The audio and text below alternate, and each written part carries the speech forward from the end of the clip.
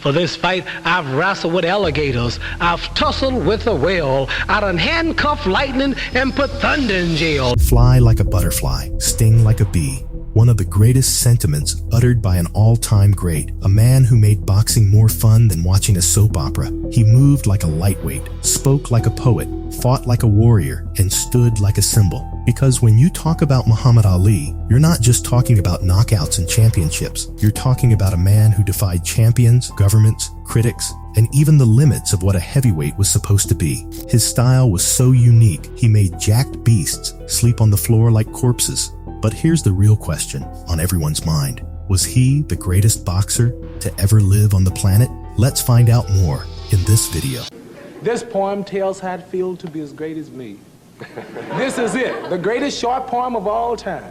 Ali's life was far from easy. He didn't become a champion in a day or two. Rather, he had to work for it. He was born by the given name of Cassius Clay Jr. In 1942 in Louisville, a segregated American city where opportunities were limited and racial tension was a daily reality. The world he entered was divided, and young Cassius grew up seeing exactly where he was expected to stand in that order. At just 12 years old, after his bicycle was stolen, an angry Cassius told a police officer he wanted to beat whoever took it. That officer just so happened to train young boxers, so he invited him to the Columbia Gym, where discipline replaced anger and structure replaced chaos. At first, Cassius was raw, energetic, talkative, impatient. But he was obsessed. He showed up early. He stayed late. He shadowboxed at home. Within weeks, it was clear this wasn't just a kid blowing off steam. He had rare hand speed, natural reflexes, and an unusual instinct for distance. Just 6 weeks after starting, he won his first amateur bout. From there, victories stacked quickly, and not just one, but 6 fights in a row by 1954. And he was just an amateur back then. What began as revenge over a stolen bicycle turned into a calling. The gym became his sanctuary, and the ring became the place where a restless, confident boy began transforming into a future legend. Instead of revenge, he found direction. Instead of anger, he found purpose. What followed was dominance. His speed, reflexes, and confidence separated him almost immediately. By 18, he stood on the world stage at the 1960 Summer Olympics and brought home a gold medal. Even as a teenager, the charisma was undeniable. He didn't just believe he would be great, he publicly announced it, and without any filter. When Muhammad Ali turned professional, heavyweights were expected to be powerful, planted, and predictable. They stood tall, guarded tight, and relied on brute force. Ali broke every one of those rules and invented a style that no one could copy to this day, the butterfly footwork. He moved like a dancer in a division of bulldozers and tanks. Fast feet, hands low, head leaning back just inches from punches that should have landed. His reflexes weren't just quick, they were theatrical, sometimes almost inhuman. He made opponents miss and made sure the crowd saw it. Years later, many have tried to copy this signature style, but failed miserably. And one example was Tyrell Biggs when he fought Mike Tyson.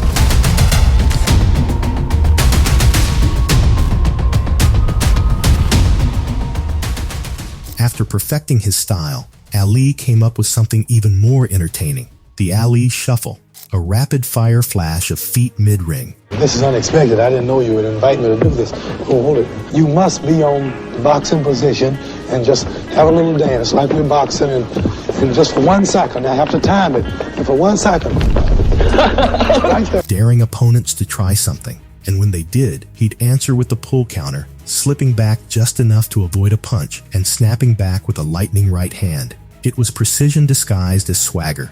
But his greatest weapon wasn't physical, it was psychological. He predicted rounds, mocked rivals, rhymed insults. He planted doubt long before fight night. By the time the bell rang, many opponents were already fighting frustration, anger, or insecurity.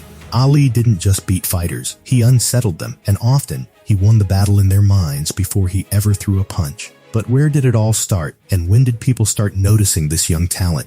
Well, everything changed when Ali shook the world by defeating a colossus of a fighter, Sonny Liston. Sonny Liston was the most feared man at that time. He used to break jaws and bones with his punches, and opponents were scared of facing him. In 1964, the world expected a demolition. The reigning heavyweight champion, Sonny Liston, was terrifying, a former convict with crushing power and a stare that froze opponents before the opening bell. Across from him stood a young loudmouth many still called Cassius Clay. He was the underdog, too skinny, too flashy, too inexperienced. But when the fight began, something shocking happened. Ali didn't retreat. He danced, he taunted, he snapped jabs into Liston's face and slid out of danger before the counter could land.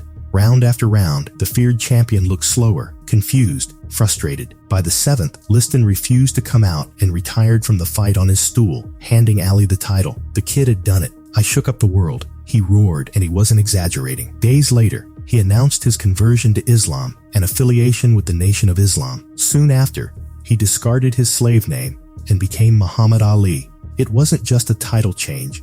It was a rebirth, and the world would never see him the same way again. He fought Liston once again in 1965, and this time he knocked him out cold in the first round, proving that he was the best of the best. After making pizza dough out of Sonny Liston, at the peak of his dominance, Muhammad Ali made the most dangerous decision of his life in 1967. During the Vietnam War, he refused induction into the U.S. military, declaring that he had no quarrel with the Vietnamese. It wasn't defiance for attention, it was conviction rooted in faith. The consequences were immediate and severe.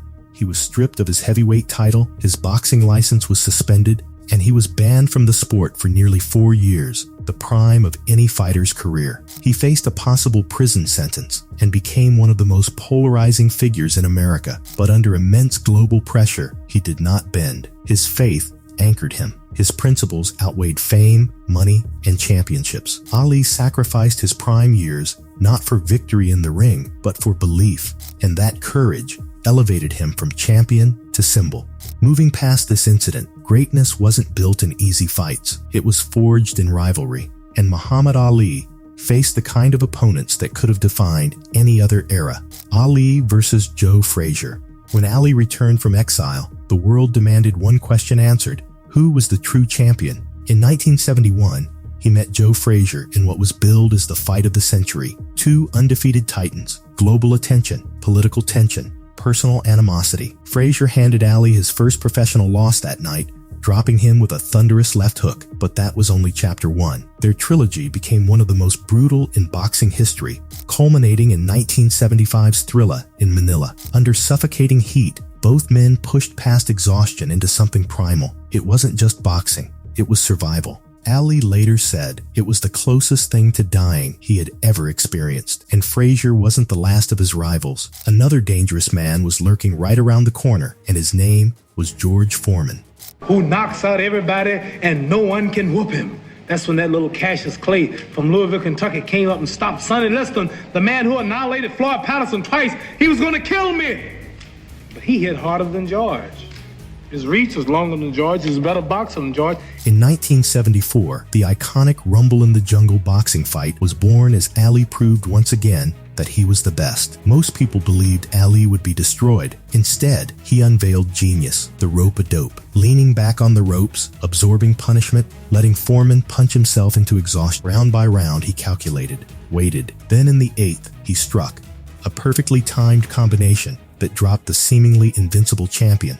It wasn't just courage, it was tactical brilliance under unimaginable pressure. These rivalries didn't just test Ali's skill, they revealed his resilience, his mind, and his will. And in surviving them, he didn't just win fights, he carved his legend into history. But Muhammad Ali's fights weren't all wins, they were a combination of some losses as well. In 1973, many expected another showcase of speed and swagger against Ken Norton. Instead, Ali ran into a nightmare matchup. Norton's awkward cross-arm style disrupted Ali's rhythm, and in their first fight, Norton broke Ali's jaw. Fighting through the pain, Ali went the distance, but lost a split decision. It was a humbling moment. The flashy genius had been physically cracked, but what followed defined him. Ali adjusted, he studied, he refined his approach, and edged Norton in 2 razor-close rematches. They weren't easy victories, they were gritty, tactical wars. This rivalry proved something crucial. Ali wasn't just flair and poetry. He could adapt, he could endure, he could come back. He regained the heavyweight championship more than once, becoming the first man in history to win the title 3 times.